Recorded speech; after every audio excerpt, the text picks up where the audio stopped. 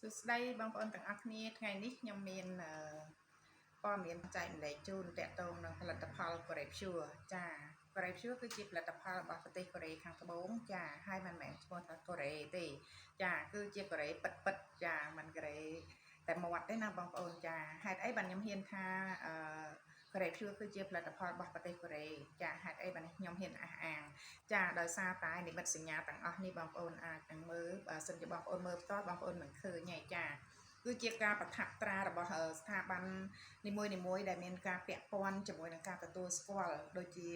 GMP ចាគឺជា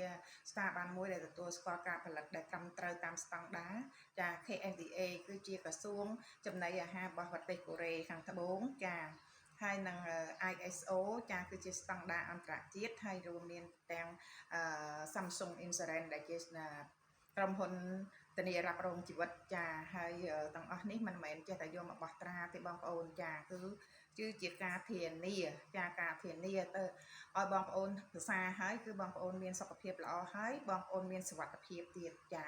អញ្ចឹងផលិតផលរបស់ Grape Sure នេះគឺផលិតមកអំពីផ្លែ Black Raspberry ដែលជាផ្លែឈើមួយដាំនៅមានដុះនៅប្រទេសកូរ៉េខាងត្បូងចាហើយផ្លែនេះត្រូវបានគេរកឃើញថាវាមានសារធាតុ3យ៉ាងសំខាន់ចាគឺមានanti oxidant ចាមាន flavonoid ហើយនឹងមាន anthocyanin ចាសិតជាសារធាតុដែលធ្វើឲ្យមនុស្សអាចប្រឆាំងនឹងជំងឺមហារីកជំងឺអាឡែហ្ស៊ីហើយនឹងប្រឆាំងភាពចាស់ចាហើយហេតុនេះហើយបានជាផ្លែឈើនេះត្រូវបានប្រជាជនកូរ៉េបានសរសេរជាតម្រាវិជ្ជសាស្ត្រមួយចាហើយចំនួនដើមហ្នឹងគឺបានទៅសម្រាប់រាជវង្សឯខ្សែរាជវង្សឯទៅទទួលគេហៅសោយណាប៉ុន្តែសម័យឥឡូវនេះត្រូវបានចែកម្លែកជាទូទៅចាគឺតម្រាវិទ្យាសាស្ត្រមួយហ្នឹងត្រូវបានអង្គការ UNESCO ចុះបញ្ជីជាបេតិកភណ្ឌទ្រព្យសម្បត្តិរបស់ពិភពលោកចាគេទទួលស្គាល់បែបនេះកាលពីឆ្នាំ2009ចាហើយផលិតផល Grape Sure គឺវាមានជំនាញតែ2យ៉ាងទេបងប្អូនគឺទី1ហ្នឹងគឺលាងសម្អាតសរសៃឈាម